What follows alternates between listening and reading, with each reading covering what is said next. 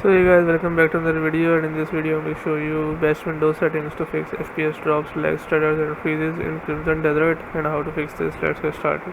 First, what you need to do is open your settings and then go over to gaming and then go over to game bar. Make sure these both options are turned off. Now go over to game mode and make sure this is on and then click on graphics. Here click on add desktop app and then select your game and then just select your game again and make sure it is set to higher performance and make sure optimizations for windowed games is turned on as well.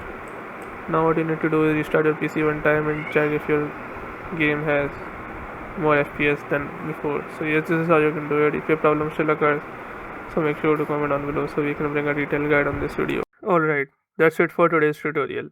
I really hope this video helped you solve your problem or learn something new about your PC. My goal on this channel is to make everything about computers simple and easy, whether it's fixing errors, downloading software or any game, boosting performance of any Windows or any game, or understanding new tools. If this video was helpful in any way, don't forget to hit the like button because it really motivates me to keep bringing you more useful content.